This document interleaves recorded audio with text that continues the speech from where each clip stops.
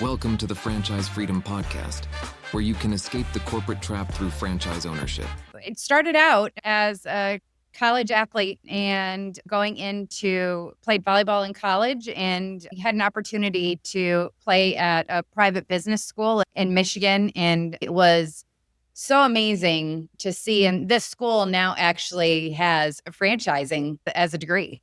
And it was called Northwood University in Midland, Michigan. And they were always based around free enterprise, right? Entrepreneurship and really developing strong business characters coming out of there, and just had a great experience 4 years there, and then fell in love with the automotive industry. Obviously, being in Michigan, and the big three were a big contributor to that university.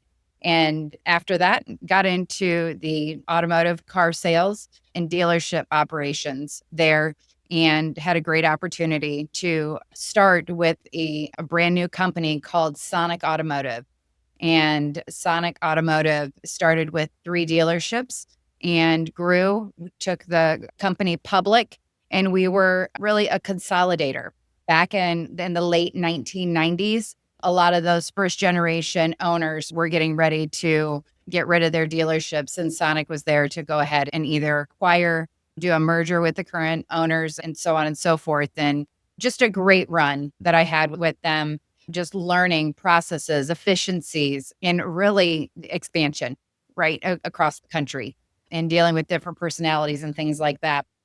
So that ended right before the fall of the automotive industry, actually, in 2008. I had 2 young boys at the time, back to back, and knew that I couldn't be a stay-at-home, but I came from a long lineage of family business and started buying up companies in Charlotte. It was a great time to open up and buy companies because it was in the R word. It was in that recession phase. A lot of those businesses were undervalued, and we just started buying them up. And so a couple of them we were thinking about franchising, but then we really just stayed within the local markets, and still have one in business that my husband runs to this day in the hospitality industry, and sold off the other ones before COVID hit. Then how I got into franchising, to be honest with you, through all of those experiences in business, I always say it's COC. It was because of COVID. I really wanted to get into a needs-based, and not so much. Those businesses that I had before were hospitality and retail.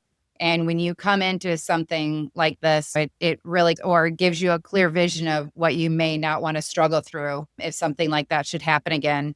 And Headhunter had reached out, knowing that I was back in the market after selling some businesses. And our founder, Alex Blair, actually, I called him because I knew he had some interactions with a company that wanted me to come work for him.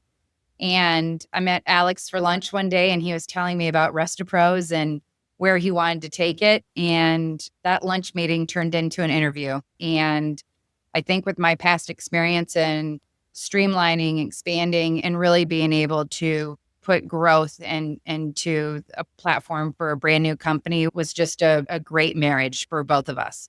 And started with Resto in May 22. We had 6 locations.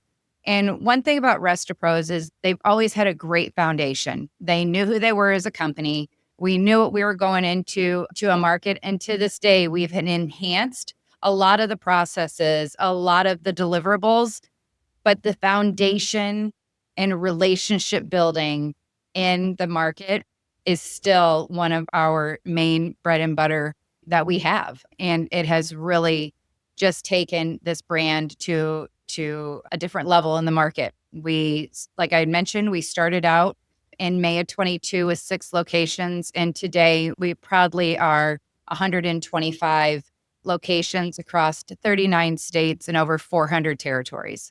Resto Pros achieved incredible growth. Now they're expanding with a new parent company, Brugged Brands, and launching new concepts like Scoop Brothers. What's the vision behind this multi-brand strategy, and what are the advantages for franchisees? Thanks for tuning in. If you want to learn how to make the transition from corporate to owning your franchise, join Giuseppe on the next episode. You can also follow on all social media platforms and achieve financial and time freedom today.